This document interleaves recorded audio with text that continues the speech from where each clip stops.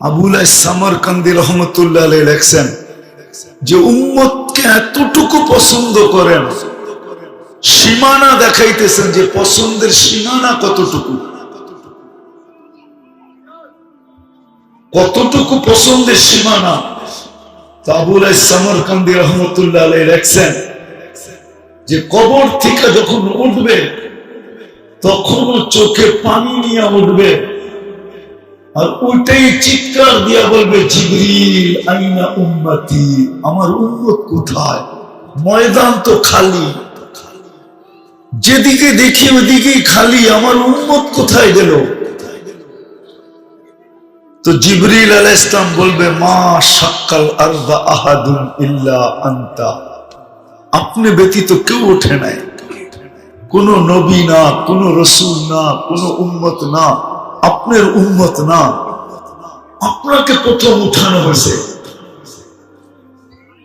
অস্থির হওয়ার কোন কারণ নাই, উম্মত আপনার পরে উঠবে, আপনি চলেন মাকামে মাহমুদে। কতটুকু পছন্দ করতেন? মাকামে মাহমুদে যে বসবেন না। আজকে তো উম্মত চেয়ার পাওয়ার জন্য জান দিতেও রাজি, ঠিক না? কি না রাজি না? ইউনিয়ন পরিষদের চেয়ার পাওয়ার জন্য বুকের তাজা রক্ত দিতে কোনো দ্বিধা করে না।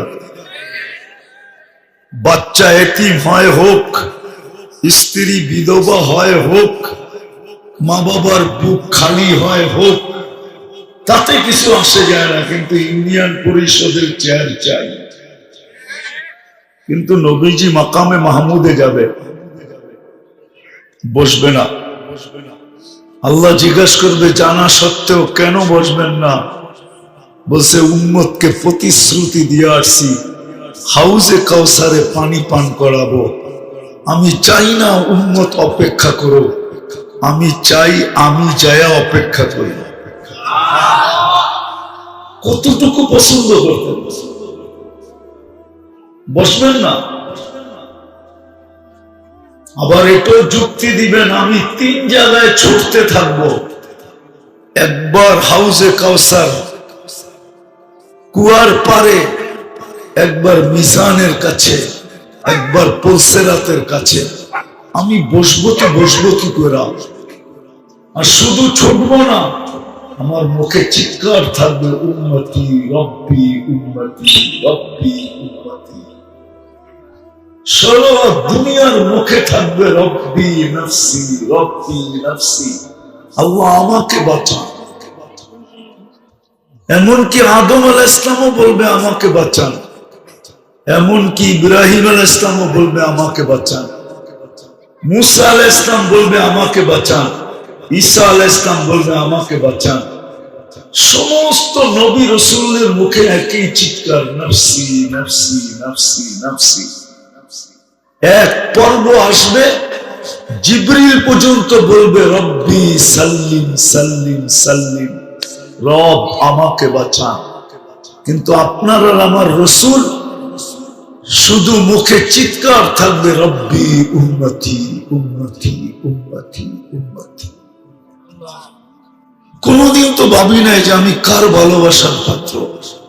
ও যুবক, পায়ে হাত রাখা বলে একটু ভাবো, তুমি কার ভালোবাসার পাত্র? শুধু আল্লাহর ভালোবাসার পাত্র তো না, আমরা তো শুধু আল্লাহর ভালোবাসার পাত্র না, 99 পদের মালিক আল্লাহর ভালোবাসার পাত্র। আমরা তো সাথে সাথে নবীজির ভালোবাসারও পাত্র। যদি আল্লাহ রাসূলের ভালোবাসার পাত্র না হতাম, তাহলে উনি সারা জীবন চোখের 23 বছর চোখের পানি জড়াইলেন কেন? জিবরিল মিকাইল জিজ্ঞাসা করছেন আলাইহিমুস সালাম, মা সালা আরাকা তাবকি, যখনই দেখি তখনই দেখি কাঁদেন, কারণটা কি? বলছে উম্মতের জন্য কাঁদি, উম্মতের জন্য। তাইলে তো আমরা নবীজির ভালোবাসারও পাত্র। কার? এখন আবার নবীজি খুলতে গেলে হারায় যাব। নবীজিকে এটা বুঝাইতে গেলে হারায় যাব। চলেন একটাই বুঝেন, একটাই, যে নবীজি কে। আল্লাহ অনেকজনের সাথে কথা বলছেন কিন্তু জমিনে রেখা, কিন্তু বন্ধুর সাথে যখন কথা বলার পালা আসছে তো বলছে, বন্ধু জমিনে রেখা কথা বললে বন্ধুত্বের পরিচয় হবে না, তাইলে কি করব?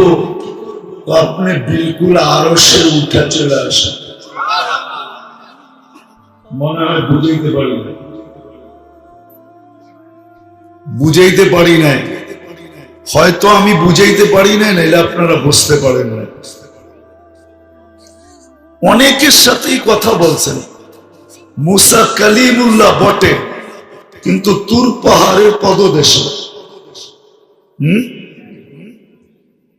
জাকারিয়া আলাইহিস সালামের সাথে কথা বলছেন বটে, কিন্তু এটা মেহরাবের ভিতরে।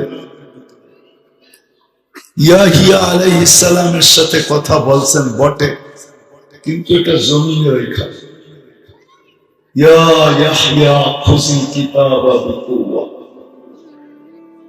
কিন্তু আমাদের নবীজির সাথে যখন কথা বলার পালা আসছে তো আল্লাহ বলছে, বন্ধু জমিনে রেখা যদি কথা বলি তাহলে বন্ধুত্বের পরিচয় হবে না, যে আপনি আমার কেমন বন্ধু, কত কাছের বন্ধু, কত কত কাছের বন্ধু, এটার পরিচয় হবে না। তো কি করব? সিদা কাবা কাউসাইনি আদনা চলে আসে, আরশের উপরে আমার বিলকুল পাশে চলে আসে। সুম্মা দানা ফাতাদাল্লা। ওই নবী আমাদেরকে ভালোবাসে, কি আমাদেরকে পছন্দ করেন, লাইক করেন। ওই রাসূল।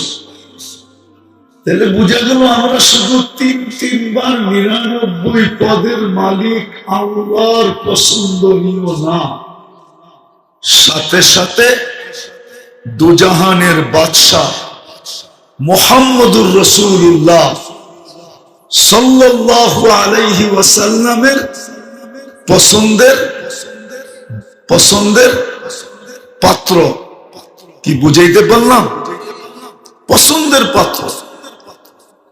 নাইলে উনি সারাদিন আমাদের জন্য চোখের পানি জড়াইতেন কেন? হাত উঠাইতে দেরি আমাদের জন্য দোয়া করতে কখনো ভুলেন নাই, দেরি করতেন না উম্মতের জন্য দোয়া করতে।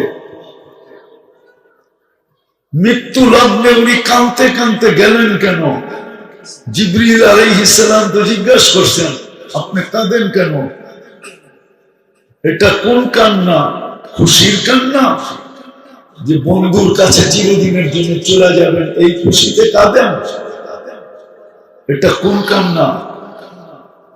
তো বলছে জিবরিল, এটা উম্মতের জন্য কান্না। ফামান লিবাদি লিউম্মতি, আমার পরে আমার উম্মতকে কেঁদে খারাপ।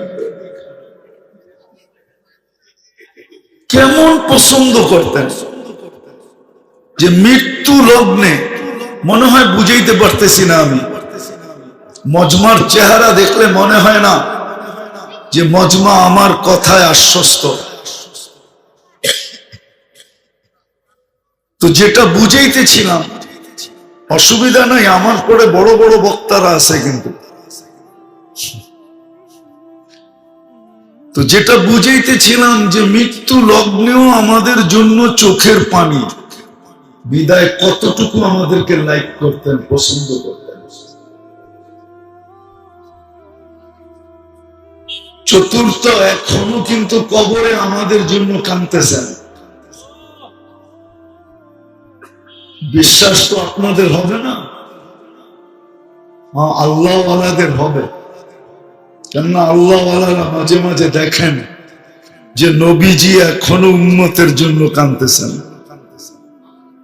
আর চিৎকার দিয়া বলতেছেন, মা বি উম্মতি, আমার উম্মতের কি হইলো, এরা এরকম হয়ে গেল কেন? যা হোক, ওটা আলাদা আলোচ্য বিষয়।